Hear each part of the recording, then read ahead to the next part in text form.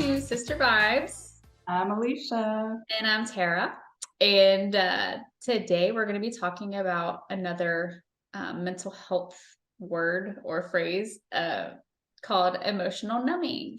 Last time we talked about anxiety, right? Is that what we Yeah, talked about? Yeah. I just had to think about that. Yeah, it was anxiety. Yeah. So last time we talked about anxiety and just kind of like what that looks like. And of course, just as a disclaimer, neither one of us are professional counselors or anything like that. We're just sharing our basic knowledge and kind of our own experiences with each of these um, topics. And so, last week was anxiety, and this week we're going to be talking about something called emotional numbing, or just like numbing yourself emotionally, whichever way you want to say that.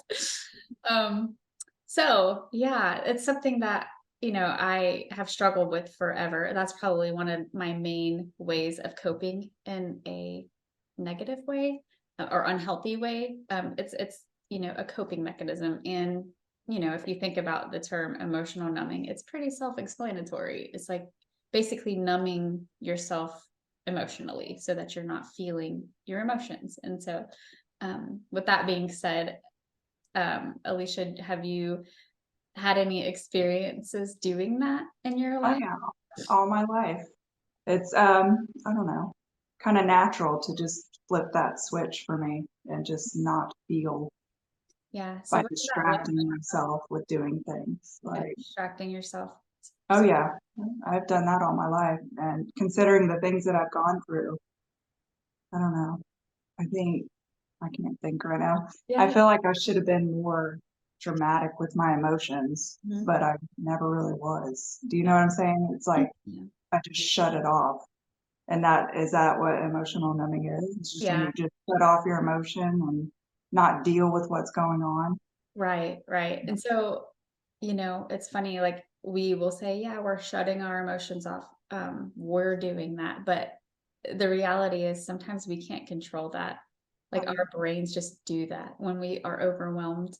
And so like because you went through so many, well, we both went through a lot of like, trauma and abuse as children, but even into adulthood, you still went through a lot of like, traumatic and abusive things. And so a lot of those responses in us, the emotional numbing, it actually stemmed from our childhood and the way that we dealt with abuses and conflict and things like that as children, because we weren't able to express our emotions in a safe way. We were hurt for crying or hurt for being scared or whatever. And so our brains were trained in a way to just shut off for survival. It's Yeah. really kind of sad when you really learn and think about our body's responses to trauma and abuse and just the way that we survive really. And so when you think about that, in light of childhood and adulthood, it's not something we can actually control.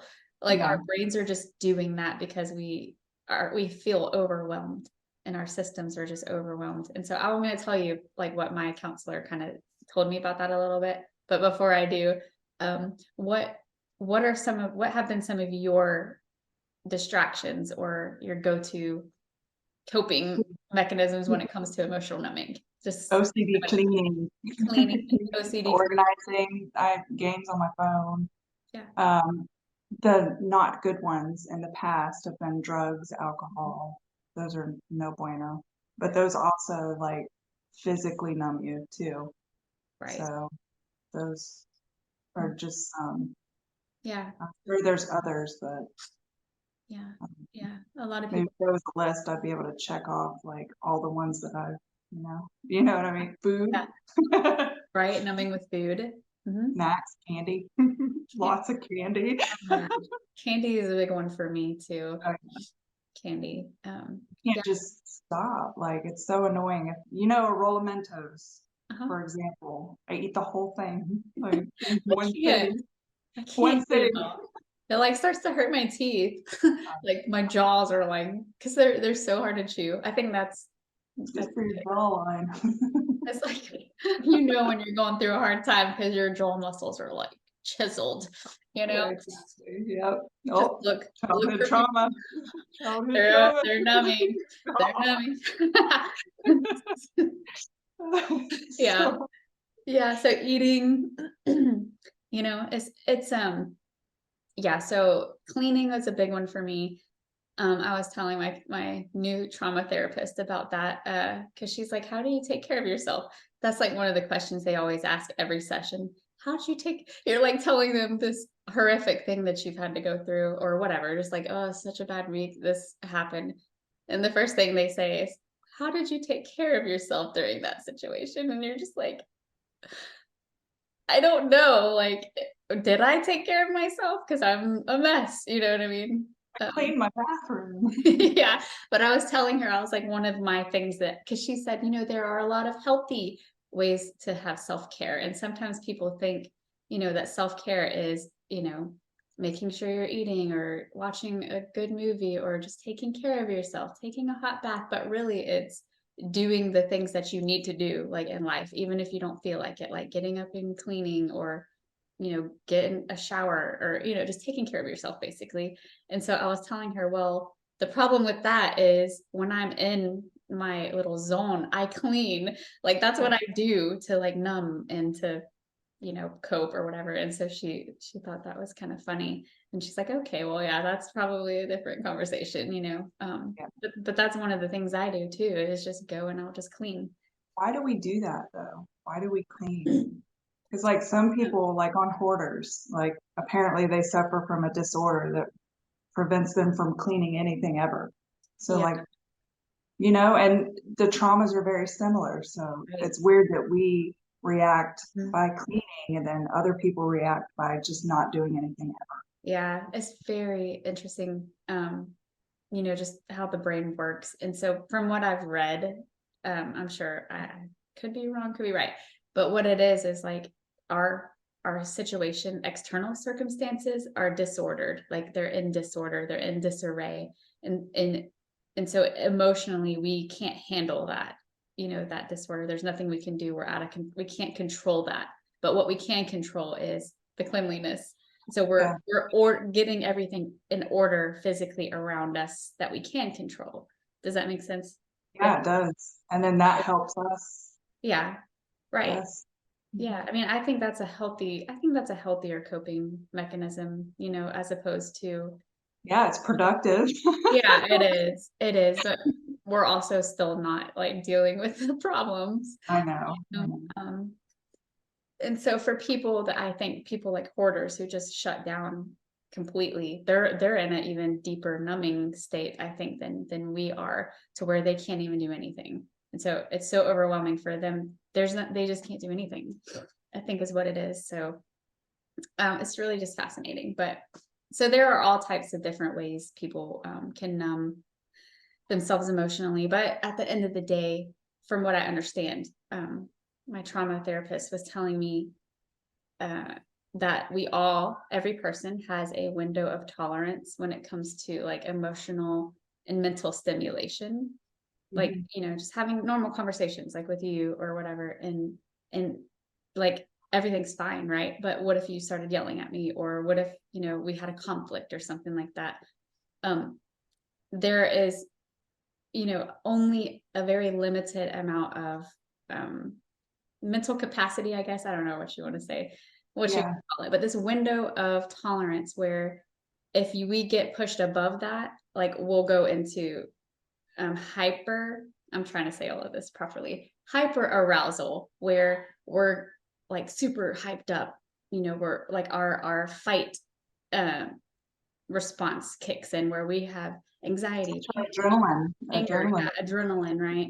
And then if you're understimulated, it's hypoarousal, and that is when you're freezing, you're numbing, you're like you have no motivation to do anything. You're depressed. It's like a depressive state. And so for people who have gone through trauma, that window of tolerance is super thin. Our brains just That's just the way that our brains were formed because of all of the childhood abuses and stuff that we went through. And so it doesn't take as much for us to get into the hyper or hypo arousal state.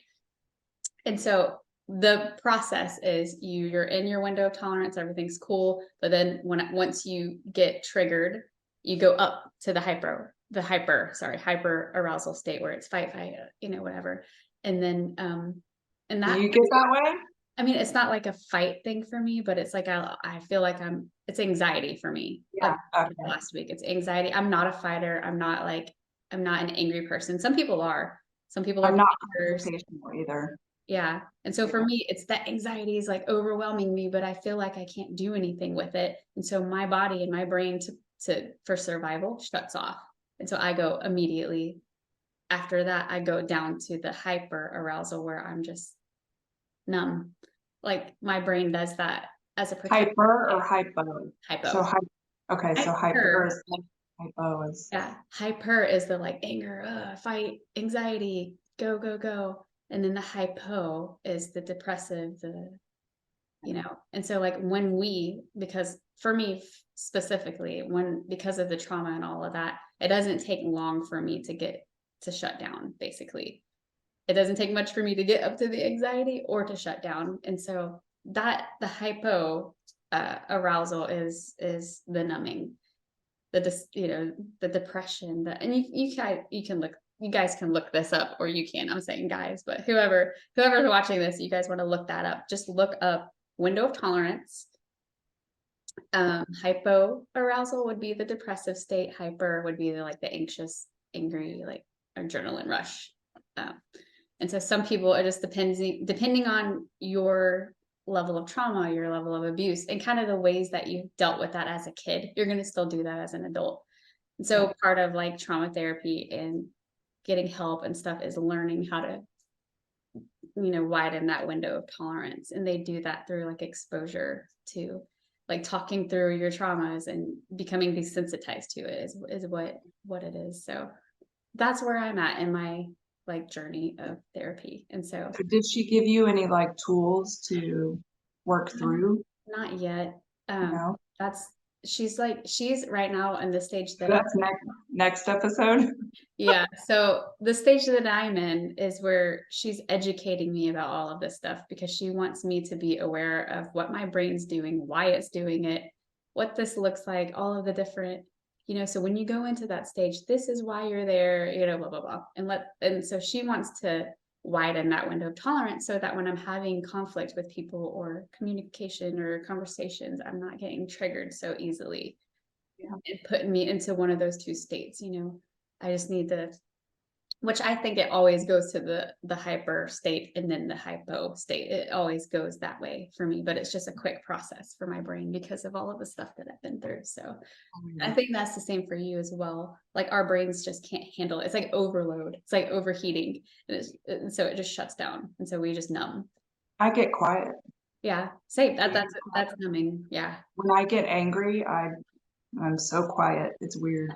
Like, We're not is that shutting fighters. down? Is that just, It's yeah, like if you feel like you don't want to do anything, you have no motivation to do anything, you're just kind of I there. do that too.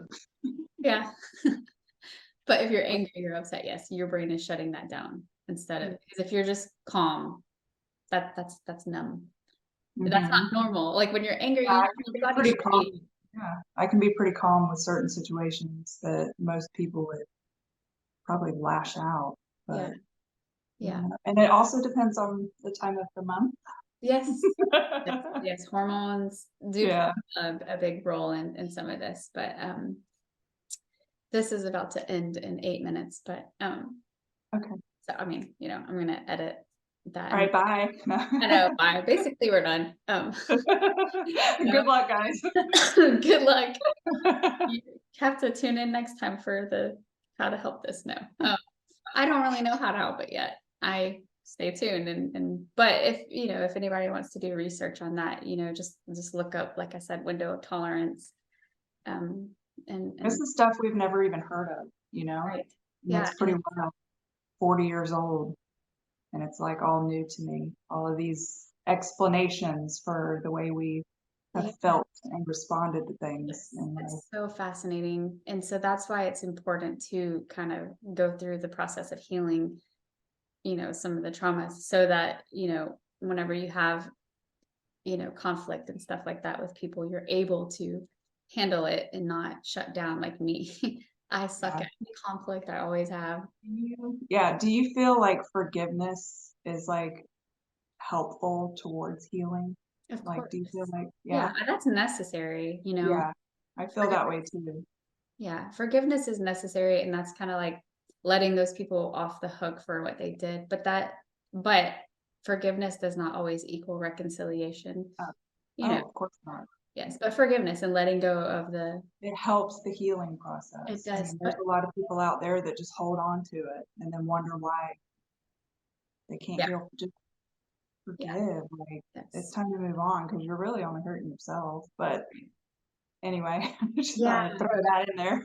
Yeah, but sometimes what happens is, especially with us, where it was so much piled on top of each other, like you have to kind of deal with one issue at a time and process it one at a time, because you might have all of these other things that maybe you haven't forgiven or whatever, or processed through, Mhm. hidden or forgotten. That's a better term. Like you've forgotten about all of these things, but they're still affecting your decisions. They're affecting your responses to things. It's I've really, forgotten so much in life. yeah, So yeah. I wonder if that's like a good thing or a bad thing, though. I mean, it's good that it's not like affecting you right now, but the There deal, may be a time later on in life where there's some type of trigger yes, that, exactly. yeah, That's what I was gonna say. yeah, Whenever we get triggered by certain things, it doesn't even matter that it happened that long ago and that you haven't forgotten, or that you've forgotten about it. Your body is going to still respond the same way, which so is weird. it's crazy. It really is. I've read so many things, and there's a book called The Body Keeps the Score. Did I tell you about that? Or It like sounds trauma. familiar. Yep, Yeah. it sounds familiar. It's like the memory of those things are stored in your body, and your body's reacting whether you even are conscious of it or not. Your body's reacting.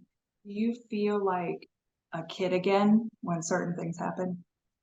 Like I if something were to happen, it just like makes you kind of feel like you're a kid again, Yeah, like how I mentally. feel is like helpless. I feel like Yeah, I can't help myself, or like I'm not going to be able to survive this because I don't know what to do. Like that is where that comes in for me. Even though I'm an adult and I can do anything, yeah, you yeah. know, I can You do feel, anything I need to do. I feel like I can't, you know. yeah, I know exactly what you're saying. Like I feel that too. I mean, not recently, but I Yeah, have been through situations where I'm just like, I didn't feel like an adult at all. I yeah, didn't feel like I could do anything. I was right. just stuck.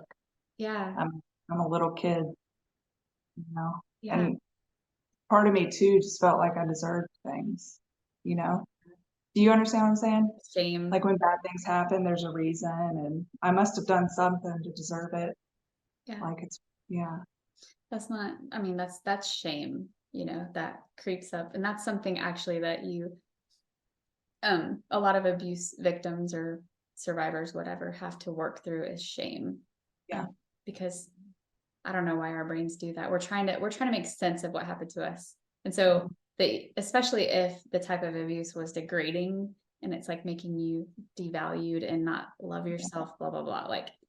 hmm, Like you are naturally going to just fill in that blank with, oh, it's me, yeah. even if it's Oh, not. I did for years, for years. I Yeah, did. yeah, because And then our I had a friend told me that it wasn't me. And that kind of like, helped. oh, okay. That was what the first, year of my therapy did for me, to Mhm. hear and be validated. No, that's not right. That's not right. It's not you. Yes, you have issues, but it's not all you. Like I want you to hear that it's not all you, and so it is. It makes a big difference to have somebody telling you, no, it's not you. But see, the problem is abusers will keep you quiet. They will condition you to silence you. And so you're not sharing these things with people because you've been threatened or you've been Yep. told it's you so much that you just don't share this stuff with other people. And the silence is what really keeps you trapped. It keeps you trapped. Oh, yeah. Um, I remember. yeah. It's And not fun. Ooh. because you not feel fun. alone, you feel isolated, you feel worthless. You're embarrassed, you Yeah. know, Mhm. because you grow up thinking, oh, that's never going to happen to me. I'm never going to be with someone that's going to do that to me, you know? Yeah. And then you're in that situation. You're like, I can't tell anyone. Like my That's whole life, I'm like, oh, I'll never be put in that position. And then you're in that position. Like, yeah. what do I do? Right. And then that's the problem is we revert back to those childhood Yep. mindsets, those coping mechanisms, like, well, I'm helpless because we thought, we were helpless as children. There was no Yep. way out. There was no way to get out. But as adults, it's like our brains just hijack everything. Like all of those traumas in our brain, they hijack our thoughts and then we're in that place of, well, I can't do anything. Might as well just suffer, and that's not good. It's not Not necessary at good. all. It's And we not. don't deserve it. Like nobody deserves to live like Yeah. that. And you know, God will help you out of it. Yeah. He Right. will. Like it's Exactly. amazing when Yeah. you trust that he does. Whew, he Mhm. will. Yeah. Exactly. And that's something I want to talk about more, like as we continue to do this, is the devil and how he has been using psychology against Christians for a long time, like Um, because of our past traumas or whatever, and how he knows what will shut us down. It's insane to think about. But if you think about when you're following the Lord and you're doing what he wants you to do, like certain things happen out of the blue. And mhm. because the way our brains are, it shuts us down or makes us, do certain things. It's just, and so he knows these things. And it's just crazy how he's using that to manipulate and, try to stop what God's doing. It's crazy. Yeah. So, you know, like going through therapy and learning all of this stuff and reading all of it, like has really helped me a lot. Like um with kind of okay, so I don't even know what I'm trying to say here. Understanding and being self-aware of these things about us is what will kind of help us overcome them. Mhm. That's like the first step to healing from a lot of this stuff, and being able to not numb yourself is being aware that you're doing it you Yeah. know so I think that's why my new therapist is trying to show me and teach me awareness, like being aware of how I'm feeling in this moment, if I'm shutting down, numbing, whatever. Has she said anything about retraining your brain? Like, Yeah. A lot of it is retraining yourself, retraining your brain on how you do certain things. So but it's funny because, some people, and this is what my first counselor was telling me, that a lot of people, like, they come to therapy and they figure out, how hard it is to persevere and to change. And she says most people that go in there, they quit because they don't want to change. They don't want to put in the work to change and to stop what they're doing. And so for me, you know, I stuck with it, and it was hard, to yeah, learn a lot of this stuff about yourself is really hard. Like I can't even tell you how many times I cried just reading some of the books that I've read. And I'm like, oh my gosh, I do this, I do that. And not necessarily like I am just this horrible, crazy person, but like, wow, this is what I've been doing. This is why I am, kind of stuck. the realization too, just Yeah. like, Yeah. But you can't overcome it though, and so part of healing and stopping that process is to recognize, number one, that we're doing it. We're yeah, numbing instead of dealing with our problems. We're shutting it off and going and distracting ourselves or cleaning the house. else. Right. Which again, some things are it, and sometimes it's good to kind of take a mental break, right? But eventually we need to come back to those feelings and not just stuff them away. We need to come back to it whenever we're in a more stable place. But as I was kind of like, thinking about this topic, and, just it's just crazy how God just sends me like little illustrations. Mhm. And it's always through Aubrey, Yeah. my daughter. But I'm just gonna just say this how I wrote it out, about numbing. Uh Aubrey was going through an infection. She had a UTI or whatever, right? And so I had antibiotics for her to take, and I also had Azo for her to take. And Azo is the numbing medicine, right? It just numbs your urinary tract or whatever. The Takes urethra. away all the pain. Yeah. Yeah. So she couldn't feel that. She didn't like the taste of the antibiotic, right? And so she's, it was like pulling teeth trying to get her to take the antibiotic. And so I was telling her, you need to take this antibiotic because you have an infection. And the antibiotic gets rid of the infection. And she's like, but what about the other medicine? That helps me feel better. The azo. And I was like, well, the azo stuff is just numbing you. It's not healing you. The numbing stuff is just making you feel better. It's not actually healing the infection. If you don't heal the infection, it's going to lead to more and more problems in your gut and your body. So and she's like, well, I don't want to take the antibiotic. I just want to numb it. And I'm like, we can't numb it because you could die if you don't get rid of the infection. And so the Lord was showing me through that. And the reason why she didn't want to take the antibiotic, because it was nasty. It was hard to swallow, right? And so the same thing is true of us. Like when we're, like numbing ourselves, numbing, our emotional pain, what we need is to get rid of the infection, right? So the infection for us in the mental world would be just this trauma that's been unhealed, right? It's easy to numb it because it makes us feel better in the moment, but that's not healing the actual problem, right? And God has been showing me to get better, you don't just numb it. You can't just keep numbing it. You got to get rid of the infection. You got to treat the infection. And part of that is number one, acknowledging that there is one, acknowledging that, the way that Aubrey knew she had a UTI, she's got pain in random places, just pain where it shouldn't be. And that's true of us emotionally. Like when we get, bumped or whatever emotionally, and we're feeling all of this pain that shouldn't be there, that is a sign that there's a problem, like the whole window of tolerance thing. If our window of tolerance is super thin and small, we're just overwhelmed by like just really simple conflict, that's a sign that we have an infection that needs to be healed and not just numbed, right? The numbing thing is easier, right? It tastes better, it feels better in the moments, but long term. I like the taste of antibiotics. The children's, I thought it tasted good. I don't, she's crazy. Yeah, she has such a like sensitive gag reflex and medicines and stuff. She has like kind of an anxiety about throwing up because she has in the past. And so that's what it is for her. And she doesn't like the taste of it. But but just the parallel between that was just crazy. I'm like, that's what I'm doing, except emotionally, you know what I mean? Like that's a great analogy. You're so good at that.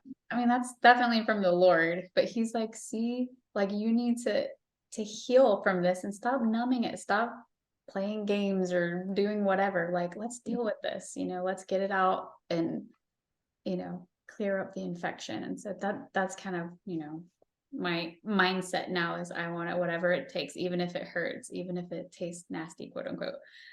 Just even if it's hard to swallow, like I want to get to the infection in my brain, and no, I'm just kidding, but in my mental state, and like heal it and not just numb it, and so right. No, that makes sense. Yeah, and that's good stuff. Yeah, and so it's hard. It's not easy to do that, and also it takes time. Like she couldn't just take one dose and it was done. Like you got to take it for 10 days. You know what I mean? Even if you're starting to feel better, you still got to finish the thing, or it was all for nothing. And so that's the same thing with emotional numbing and trauma and all that stuff. You have to see it through.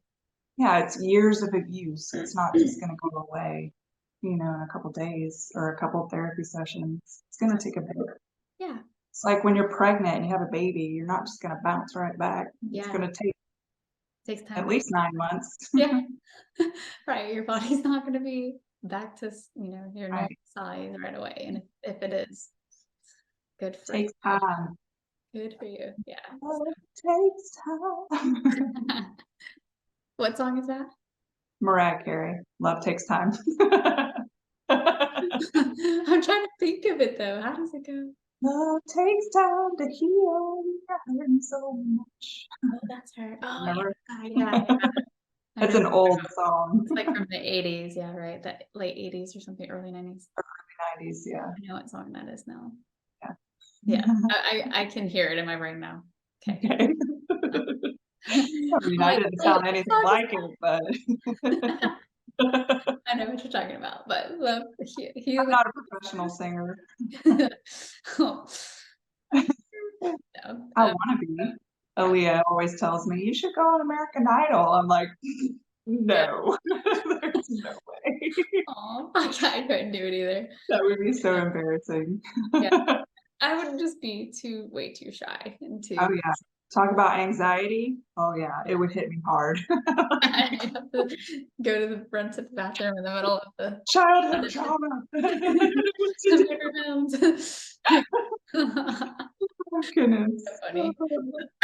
Yeah, but yeah, so I mean, everybody does this to a certain extent, but unfortunately, whenever you've gone through trauma, abuse, whatever, like you just have that smaller window of tolerance, and you got to work a little harder to but It got really sunny, like, I did see that on your wall behind you.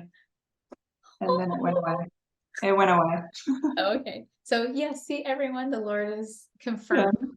God says, "Hello." Hello, and don't come to me. Those who Yes. are you know, weary and heavy laden. That's the New King James Version. Basically, Okay. if you're tired and burdened and overwhelmed, come to Him, Oh, yeah. and He will give you rest. He will help. Very beneficial. I recommend it. Yeah.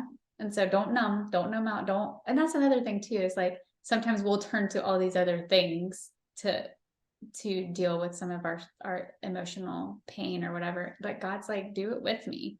Come to me and I will help you with this. Sometimes that will, he'll do it through a therapist or whatever, depending on the depth of some of this stuff. But also do it with him, because he can get you out of those funks and help you focus and get back on track. And so do it with the Lord, just whatever you do, don't numb it, because that's not going to heal it. It's not going to bring the healing that you need. You got to feel it if you want to, you got to feel if you want to heal. That's been my motto. In order to heal, you got to feel. That's However you good. say that. I But like that. It should be the name of yeah, feel this it. podcast. What's a good way to say Wait, that? say it again. It, In you order gotta to feel in order what? to heal, yeah, in order to heal, you must feel. You can't heal without feeling. There's no healing with no feeling. I don't know. I Look like it. at it. Well, yeah, figure that out. That's cute. Yeah, but like that's so true though. Like in order to heal from these wounds, whether they're emotional or even physical, you're gonna feel the pain, right? You can't just mask it. You can't numb it. We've got to deal with it. Yes. So take the medicine and take all. Deal, feel, heal. Yes. There you Exactly. Deal with it, feel it, and heal from it. That's awful. We need to just really come up with a good You'll motto come up with here. something. So many rhyming words. I know. Yeah. So anyway, and I know it's possible. It's hard. It's a hard process, but the more we do it, the easier it is. And that's the end of that for Aubrey is the more she took that medicine, the more she was Yeah. used to it, and it was fine, and she finished it out, and she's good now. Anything in life, practice Yeah. makes Yeah. progress. You just gotta push through the pain, push through the nasty taste. Yeah. So Oh no, anyway, I like it. I love the way that stuff tastes. Like I would give it to the kids and like dip my finger in it. I like the way it tastes. you're like eating all the Mentos, eating their antibiotics. It's in the cup, You're like licking it out. You're licking it clean every wondering why I keep getting sick. No, I'm kidding. you might need to no, I'm kidding. Eat nasty things and no. Yeah. But yeah, I mean, God is so good and gracious, and He wants us to heal, right? But Yep. we can't numb it, we can't ignore it, we can't distract ourselves. We've got to just face it, and He will bring the healing. So if we bring the pain, He'll bring the healing. So Or I was gonna say gain. we bring the pain, He's gonna bring the gain. We bring the feeling, and He'll give the healing. Yeah. Amen. Amen. Jesus' name, amen. Just kidding. Uh, so until next time, we're gonna come up with another awesome topic that we struggle with next time. By the end of this, we'll have talked through all of our problems. So it'll be We'll great. be feeling and healing. And not numbing, because that's dumb. Don't numb, it's dumb. And we'll come up with some more rhyming words too. Yeah, but I would love to talk about dissociation next week, because that actually is kind of part of the numbing. That's like a deeper level of numbing, dissociation. So we'll look it up. Yeah, we'll look that up this Yeah, time. and not disassociation, but dissociation. There's no A before the. I'm glad you said that, because I was actually thinking disassociation and I was gonna look it up. So dissociation. Yeah, just dissociation, not disassociation. So just, yeah, good. I'm glad I gotcha. Sounds good. So anyway, look it up. Next time we'll chat about that. But thank y'all for joining us. Thanks for listening. And we hope, that you don't numb. And if you do, just stop. The end. Yes. I'm just kidding. Bye, Patira. Bye, Felicia. All right, I'm gonna pause it.